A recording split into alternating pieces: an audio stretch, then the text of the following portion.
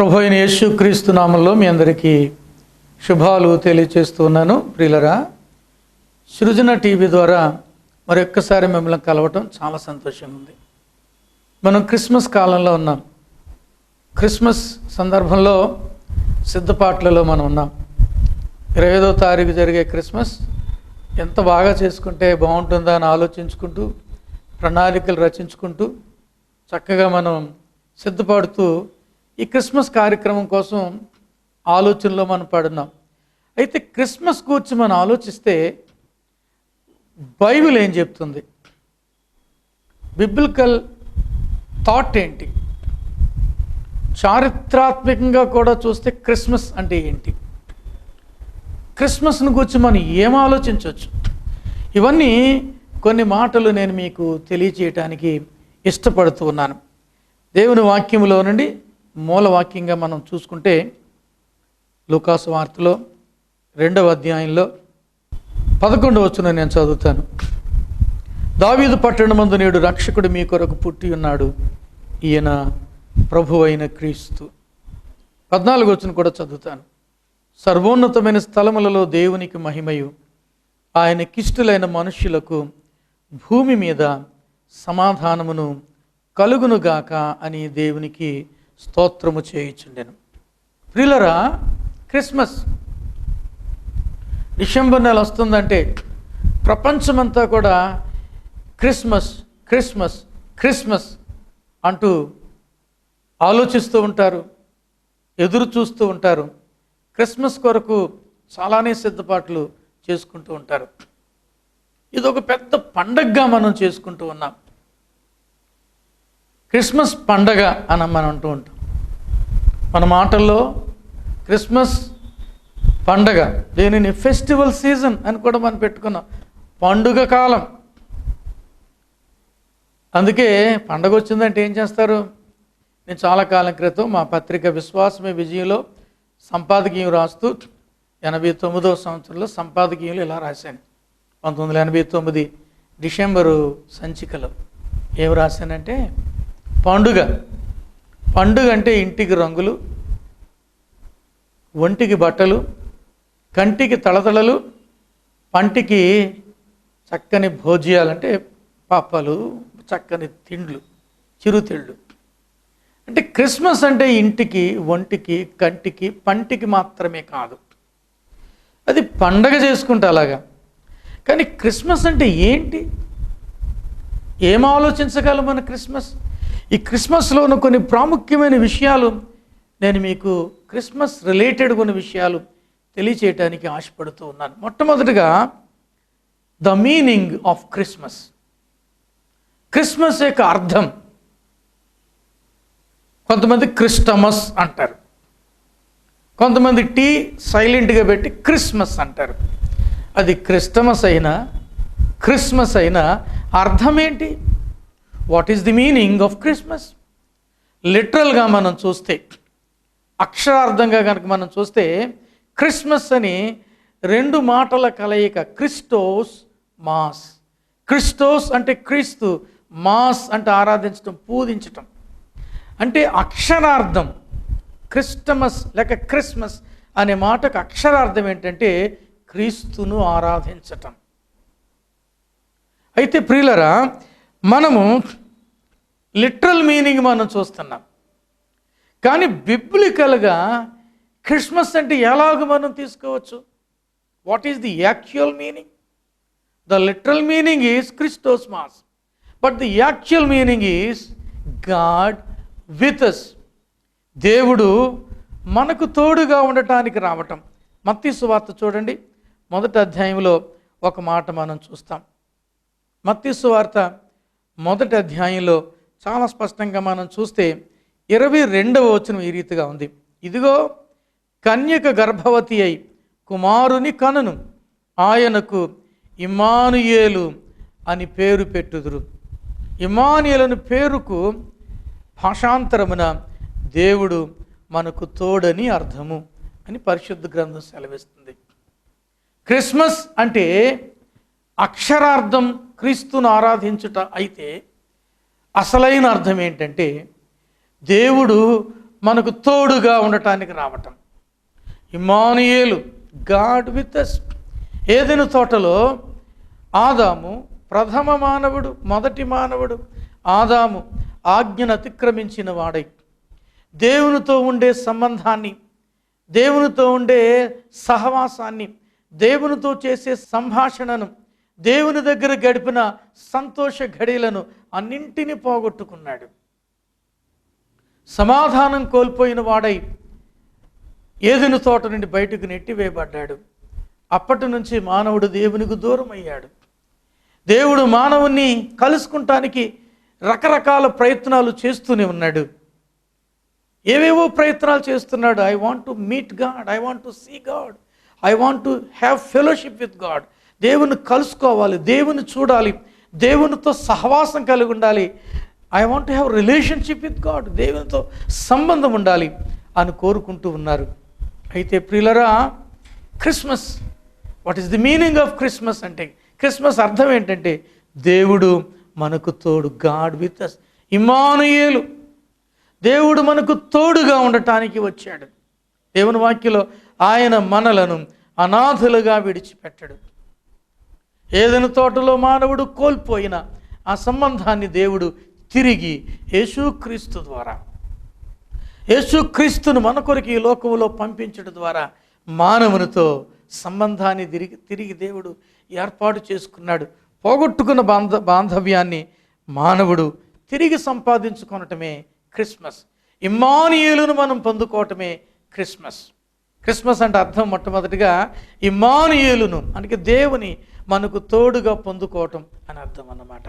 రెండవదిగా మనం చూస్తే the significance of Christmas. Christmas యొక్క ప్రత్యేకత. What is the significance of Christmas? Christmas యొక్క ప్రత్యేకత ఏంటి? క్రిస్మస్ అర్థం, అక్షరార్థం క్రీస్తును ఆరాధించుట కాగా అసలు అర్థం దేవుడు మనకు తోడనైతే క్రిస్మస్ ప్రత్యేకత ఏంటి? క్రిస్మస్ ప్రత్యేకత గురించి మనము చూసినట్లయితే చాలా ప్రత్యేకత ఉంది. క్రీస్తు పుట్టుక, Christmas divided the history into 2 parts.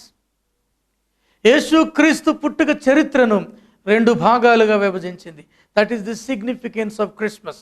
Christmas, క్రీస్తు పుట్టుక యొక్క ప్రత్యేకత ఏమిటంటే చరిత్ర 2గా చీలిపోయింది. యేసు ప్రభువు ముందు కాలాన్ని బీసీ అన్నారు, బిఫోర్ క్రైస్ట్. క్రీస్తుకు పూర్వం, క్రీస్తు పుట్టక పూర్వం ఉన్న కాలం.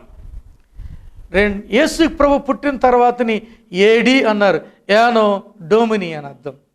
యానో డోమిని అనే మాటకు అర్థం ఏంటంటే ఆయన పాలనలో అని అర్థం. అంటే యేసు ప్రభు వారు పుట్టుక ప్రత్యేకత ఏంటంటే the significance of Christmas is dividing the history into 2 parts. చరిత్రను 2 భాగాలుగా విభజించి ఆయన చరిత్రకు మధ్యలో నిలబడ్డాడు యేసు ప్రభు. అందుకే నేను అంటాను, యేసు ప్రభు చరిత్రకు కేంద్ర బిందువుగా ఉన్నాడు. ఇరుసు, కేంద్రము, మూలము. యేసు లేకుండా చరిత్ర లేదు. చరిత్ర గురించి మాట్లాడాలి అంటే యేసుకు ముందు ఎలాగుంది, యేసు తర్వాత ఎలాగుంది అని చెప్పాలి. అదే చరిత్ర అవుతుంది. ఎంత ప్రత్యేకత క్రిస్మస్! యేసు పుట్టుక లోకములో ఒక గొప్ప మార్పు తీసుకొచ్చింది. నేను యేసును అంగీకరించను, యేసు ప్రభు ఎవరో నాకు తెలియదు, నాకు యేసు ప్రభు అక్కర్లేదంటే నీ యొక్క వ్రాతలు చెల్లవు, నీ ప్రాపర్టీ చెల్లదు. ఎందుకంటే సమస్తము కూడా క్రీస్తు శకములోనే, ఏడి అని క్రీస్తు శకం అనే వ్రాయబడాలి. ఇప్పుడు 2016వ సంవత్సరం, దానిని క్రీస్తు శకం 2016 అంటారు. యేసు ప్రభు యొక్క పాలన కాలములో 2016 సంవత్సరాలు అయ్యింది అని అర్థం. ఏడి అంటే క్రీస్తు శకం అంటే. ఈ 2016 వేయకుండా మన కొత్తగా వచ్చిన 2000 రూపాయల నోటు చెల్లుతుందా? చెల్లదు. కొత్తగా వస్తుంది, ఇంకా రాలేదు 500 రూపాయలు, అది చెల్లుతుందా? చెల్లదు. మన వ్రాతలు వ్రాసుకోవాలి, చెల్లుతాయా? చెల్లవు. యేసు లేకుండా చరిత్ర లేదు. యేసు లేకుండా నీవు చెల్లవు, నీదేది చెల్లదు. అంత ప్రత్యేకత యేసు పుట్టుక లోకానికి తీసుకొచ్చింది. నేనంటాను ప్రియులరా, చాలా ప్రత్యేకం. యేసు క్రీస్తు పుట్టుకను గురించి ఆలోచించినప్పుడు చరిత్ర గురించి మనం చెప్పుకుంటున్నాం కదా. చరిత్రని ఇంగ్లీష్లో ఏమంటారు? హిస్టరీ అంటారు. హిస్టరీని 2గా కనుక మనం చెప్పుకుంటే, లేక విభజిస్తే, హిజ్ స్టోరీ అని వస్తుంది. హిస్టరీ అంటే ఏంటి? His story. హిజ్ స్టోరీ అంటే ఆయన కథ, ఆయన చరిత్రం, ఆయన గూర్చి చెప్పబడటం. అంటే ఆయన లేకుండా చరిత్ర లేదు, ఆయన లేకుండా లోకము లేదు, ఆయన లేకుండా మనమే లేము. ఎంత ప్రత్యేకత ఉంది క్రిస్మస్కి, ఎప్పుడైనా ఆలోచించారా? ఒకటి, క్రిస్మస్ అంటే అర్థం, the meaning of Christmas is God with us, Emmanuel అని అర్థం. The significance of Christmas is history is divided. BC-AD క్రీస్తు శకాన్ని తీసుకొచ్చాడు. అపోస్తుల కార్యములు 10వ అధ్యాయము 36వ వచనంలో మనం చూస్తే చాలా స్పష్టంగా ఒక మాట ఉంటుంది. ఏనో డోమిని అంటే ఆయన పాలన. ఇక్కడ అపోస్తుల కార్యములు 10:36లో చూస్తే యేసుక్రీస్తు అందరికీ ప్రభువు అని మనం చూస్తూ ఉంటాం. He is lord of all, అందరికీ ప్రభు. ప్రభు అంటే ఎవరు? పాలన చేయవాడు, ఏలుబడి చేయవాడు, ఆధిపత్యం వహించేవాడు. యేసుక్రీస్తు అందరికీ ప్రభు. అంటే ఎవరికి? ప్రపంచంలో ఉన్న ప్రతి మానవునికి ప్రభువే. యేసు లేకుండా ఎవ్వడు లేడు. ఈ లోకంలో పుట్టిన ప్రతి మానవునికి ఆయన ప్రభు. ఎవరైతే ఆయనను ప్రభువుగా స్వీకరిస్తారో, ఎవరైతే ఆయన ఆధిపత్యం క్రిందకు వస్తారో, ఎవరైతే ఆయన పాలనను అంగీకరిస్తారో, ఎవరైతే ఏడీని అంగీకరించి యేసు ప్రభు యొక్క పాలనలోనికి వస్తారో, వారి జీవితం ఆశ్చర్యకరంగా మార్చబడుతుందన్నమాట. మనం ప్రపంచంలో రకరకాల పాలకులను చూస్తూ ఉంటాం. ఉగాండా ఈడీ అమీన్ అని ఒక పాలకుని చూసింది. ఇప్పుడు ఇంకొక పాలకుని చూస్తూ ఉంది. వీళ్ళు రక్తదాహం కలిగిన వారు. వారి పేరు చెప్తేనే ప్రజలు వణుకుపోతారు. 2వ ప్రపంచ యుద్ధ కాలంలో హిట్లర్ని చూసింది ప్రపంచం. హిట్లర్ పేరు చెప్తేనే వణుకుపోతారు. అలాంటి వారి పాలన ఒప్పుకుంటారంటే ఒప్పుకోరు. హిట్లర్ పాలనలో, ముస్సోలినీ పాలనలో, ఇంకెవరో పాలనలో, ఈడీ అమీన్ పాలనలో, ఆయా కొన్ని అరబ్ దేశాల్లో ఉండే రకరకాల ఆ యొక్క రాజులు లేక అధికారులు లేక వారి పాలనలో రక్తపాతం జరుగుతుంది. ప్రజలు కరువులో ఉన్నారు, రోగాల్లో ఉన్నారు, ఇతర దేశాలతో సంబంధం లేని వారుగా ఉండి ఏకాకులుగా ఉన్నారు, సంతోషము సమాధానం లేని వారుగా ఉన్నారు. కానీ యేసుక్రీస్తు పాలన క్రింద గనక ఎవరొస్తే, నీ వచ్చినా నేను వచ్చినా, ఆయన పాలన ఆశీర్వాదాన్ని ఇస్తుంది. ఆయన పాలన ఆహార సమృద్ధినిస్తుంది. ఆయన పాలన ఆరోగ్యమునిస్తుంది. ఆయన పాలన ఆనందమునిస్తుంది. ఆయన పాలన అన్నీ మనకు అనుగ్రహిస్తుంది. కాబట్టి ఆయన పాలనలోనికి రావాలి. అది క్రిస్మస్ యొక్క ప్రత్యేకత. యేసుక్రీస్తు కాలము, క్రీస్తు శకం అన్నమాట. ద సిగ్నిఫికెన్స్ ఆఫ్ క్రిస్మస్, చరిత్ర ఆయన లేకుండా లేదంతే.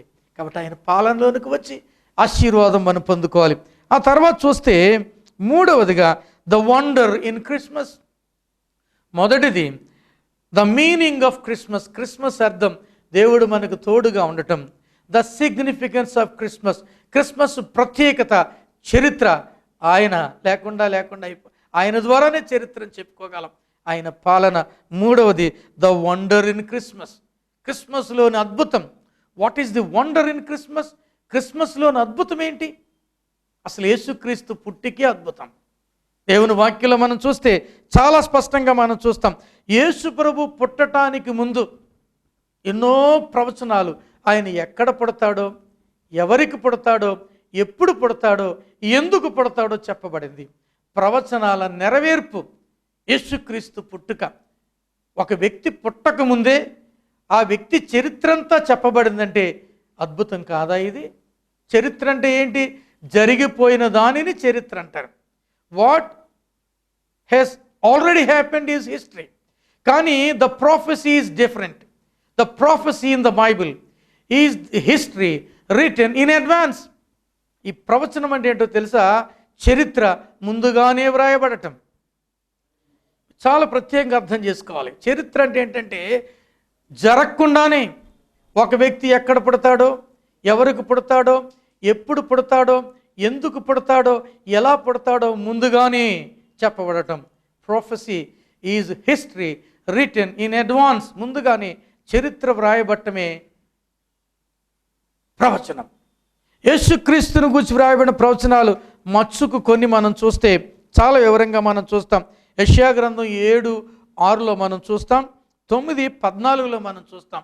అక్కడ కన్యక గర్భవతి అయి కుమారుని కంటుందని మనం చూస్తూ ఉంటాం. యేసు ప్రభు యొక్క పుట్టుకను గూర్చి కన్యకకు పుడతాడు అని మనం చూస్తూ ఉంటాం.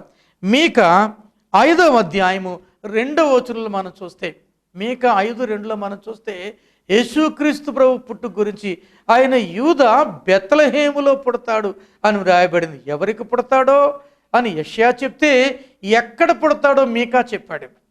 యూదా బెత్లెహేములో ఆయన పుడతాడని చెప్పబడింది.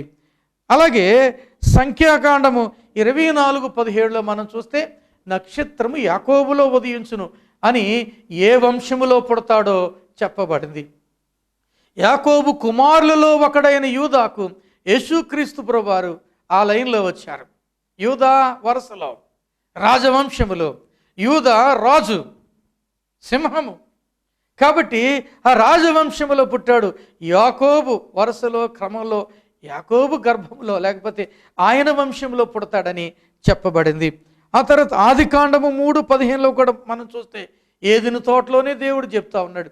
ఏమని చెప్పాడు దేవుడు?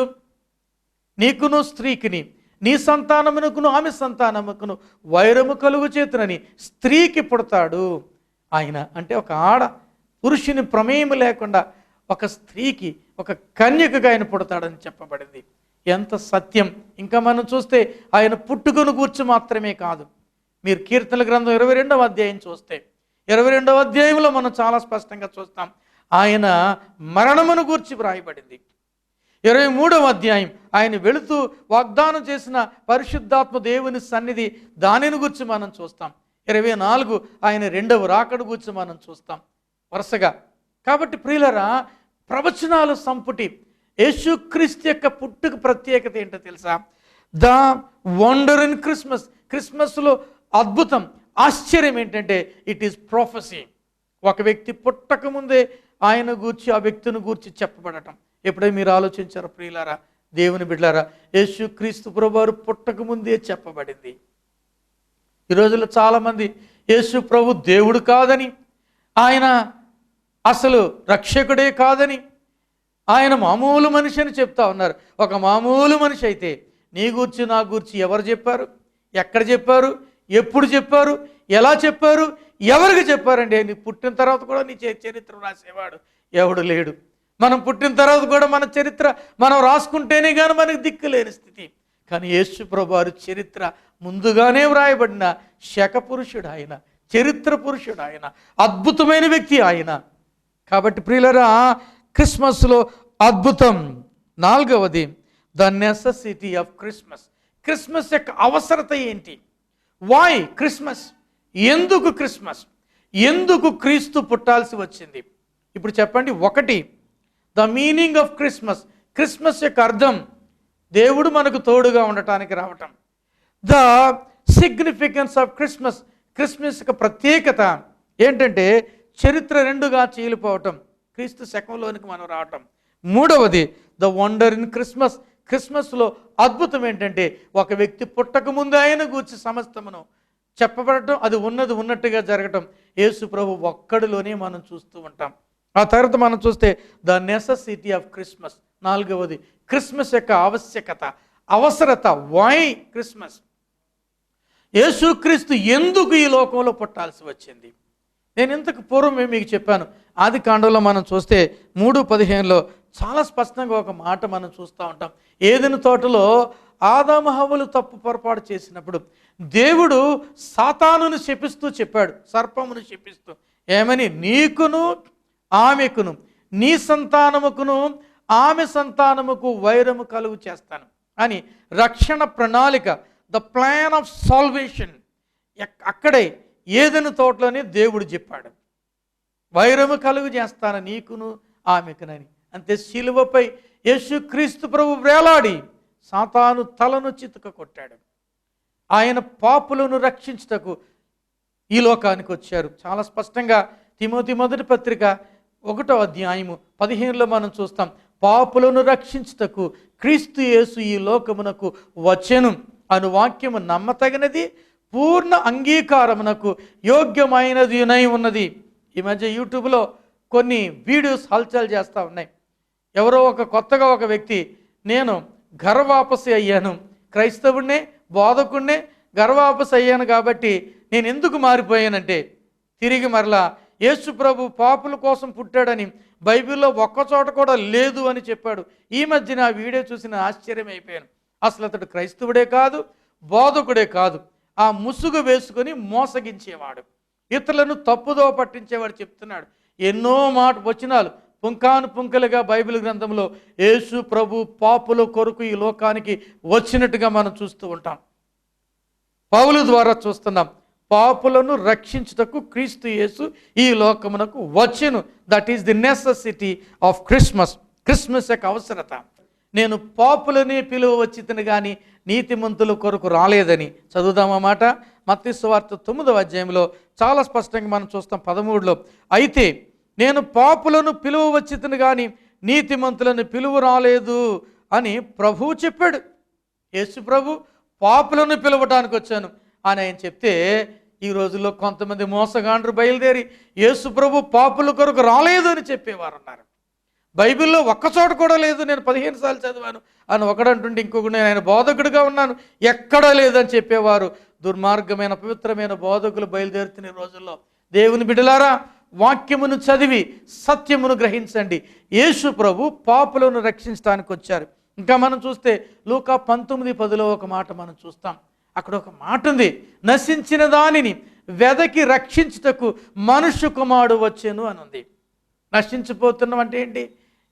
నశించిపోవటంటే డామినేషన్ అంటారు, ఇటర్నల్ డామినేషన్.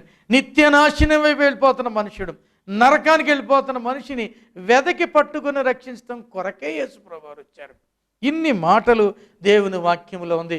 ప్రభు పుట్టక ముందే చెప్పబడింది మత్తయి 1:21లో, తన ప్రజలను వారి పాపముల నుండి ఆయనే రక్షించును గనుక ఆయనకు యేసు అని పేరు పెట్టమన్నాడు. యేసు అనే మాటకు అర్థం ఏంటి? యేసు అనే మాటకు రక్షకుడు అని అర్థం. యేసు అనే మాటకు అర్థం ఏంటండి? రక్షకుడు అని అర్థం. కాబట్టి యేసు ప్రభువు ఎందుకు పుట్టారు? పాపులను రక్షించట కొరకు పుట్టారు. అంటే ఆ లిస్టులో నీవు కూడా ఉన్నావు సోదరుడా. నీవు పాపివని సత్యాన్ని నువ్వు గ్రహించి యేసు ప్రభువుకు నీ జీవితాన్ని ఇస్తే ప్రభు నేనేం చేస్తాడు తెలుసా? రక్షించి క్షమించి పరిశుద్ధపరుస్తాడు. పాపులను రక్షించకు వచ్చిన యేసయ్య అంటే నీ కొరకు కూడా చెడు తెలుసా? దేవుని వాక్యంలో ఒక మాట ఉంది, నీతిమంతుడు లేడు, ఒక్కడును లేడు, ఏ భేదమును లేదు, అందరూ పాపము చేసి దేవుడిని గ్రహించు మహిమను పొందలేకపోతూ ఉన్నారని. ఈ లోకంలో కట్టుబట్ట, జుట్టు బొట్టు, రంగు హంగు, పొడుగు పొట్టి తేడాలు భేదాలు చాలా ఉన్నాయి మనుషుల్లో, కానీ పాపం విషయంలో భేదం లేదు, అందరూ పాపులే. కాబట్టి మనకు రక్షకుడు కావాలి, మన కొరకు యేసుక్రీస్తు ఈ లోకానికి వచ్చారు. కాబట్టి ప్రియులారా, చాలా స్పష్టంగా చూస్తే మొదటిదిగా క్రిస్మస్ అంటే అర్థం దేవుడు మనకు తోడుగా ఉండటానికి వచ్చిన ఇమ్మానుయేలుగా ఉండటం. క్రిస్మస్ యొక్క ప్రత్యేకత చరిత్ర రెండుగా చీలిగిపోయి క్రీస్తు శకలోనికి రావటం. మూడవది క్రిస్మస్లోని ఆశ్చర్యము, ద వండర్ ఇన్ క్రిస్మస్ ఏంటంటే యేసు ప్రభు వారి యొక్క పుట్టుకను గూర్చి ముందుగానే ఖచ్చితంగా వ్రాయబట్టం. ద నెసెసిటీ ఆఫ్ క్రిస్మస్ నాలుగవది అవసరత ఏంటంటే నేను పాపులం గనుక మన పాపములను క్షమించడానికి మన కొరకు యేసుక్రీస్తు లోకానికి వచ్చాడు. ఐదవది చివరిది ఇలాగ నేను చెప్తాను, ద రెస్పాన్స్ టు క్రిస్మస్. లేకపోతే ఈ క్రిస్మస్ వర్తమానానికి నీ స్పందన ఏంటి? నీ జవాబేంటి? How would you respond? నువ్వు ఎలా రెస్పాండ్ అవుతావు? ఈ మాటలు నా కొరకే. ఇంత గొప్పవాడా యేసుక్రీస్తు, ఇంత అద్భుతమా యేసుక్రీస్తు జీవితం, ఇంత ప్రత్యేకత ఉన్నదా యేసయ్యలో? నాకు యేసు ప్రభువు కావాలి, యేసుక్రీస్తును నేను రక్షకునిగా అంగీకరిస్తాను, నా కొరకు ఈయన పుట్టాడు, ఇప్పుడు నా జీవితాన్ని ప్రభువుకి ఇస్తాను అని కనుక నువ్వు తీర్మానం చేసుకుంటే your response will bless you, will make you a blessed person. నువ్వు నీ యొక్క రెస్పాన్స్ అనుకూలంగా ఉంటే నువ్వు ఆశీర్వదించబడిన వ్యక్తిగా నువ్వు మార్చబడతావు. కాబట్టి సహోదరుడు సహోదరి, ఈ దినబంధు నీ జీవితాన్ని ప్రభువుకి ఇస్తావా? నీ రెస్పాన్స్ ఏమైంది ఈరోజు? నీ జీవితాన్ని ప్రభు నేను ఆశీర్వదించడానికి ఆయన ఆశగా ఎదురు చూస్తూ ఉన్నాడు. నువ్వేమి చేయనవసరం, ఎక్కడున్నావు అక్కడ ఈ మాట వింటూ, ప్రభువా నీవెంత గొప్ప దేవుడు అని విన్నాను, నువ్వు రక్షకుడు అని విన్నాను, నేను పాపిని, నాకు నీవు కావాలి, నన్ను క్షమించు, నిజమైన క్రిస్మస్ ఆనందం నాకు దయచేయి అని చిన్ని ప్రార్థన చేసుకుంటే ప్రభు నేను క్షమించి నేను రక్షిస్తాడు. అలాగు దేవుని ఆశీర్వాదం పొందుకొనగలగటానికి సదా దేవుడు మనకు సహాయం చేయనుగాక. ఆమేన్. తలలు వంచండి, ప్రార్థన చేద్దాం. దయగల మా తండ్రి, కృపగల మా యేసయ్య, నీ యొక్క పరిశుద్ధమైన నామమునకు వందనములు స్తోత్రములు చెల్లించుకుంటూ ఉన్నాము స్వామి. ఇంతవరకు నీ కృపా నీ కనుకరం మాకు దయచేశాడు. క్రిస్మస్లో ఉండే ప్రత్యేకత మీరు మాకు చూపించారు. నువ్వు రక్షకుడు అని, పాపుల కొరకు వచ్చావన్న సత్యాన్ని ఎరిగిన వారమై మేము మా జీవితాలు మీకు సమర్పించాం. మాకు ఆనందం ఇచ్చారు, పాపక్షమాపణ ఇచ్చారు. ఈ వింటున్న వారి జీవితాలు కూడా నీ కార్యము జరిగించి వారిని రక్షించి పరిశుద్ధపరచమని, నిజమైన క్రిస్మస్ ఆనందం దయచేయమని కోరుకుంటూ క్రీస్తు యేసు పరిశుద్ధ నామమున మికిలి వినయంతో బ్రతిమాలుకుని వేడుకొంచున్నాము తండ్రి. ఆమేన్. ఇప్పుడు మన తండ్రి అయిన దేవుని యొక్క ప్రేమ, మన ప్రభువును రక్షకుడైన యేసుక్రీస్తు యొక్క కృప, పరిశుద్ధాత్మ దేవుని అన్యోన్య సహవాసము, ఆదరణ సదాకాలము మనకు తోడైండునుగాక. ఆమేన్.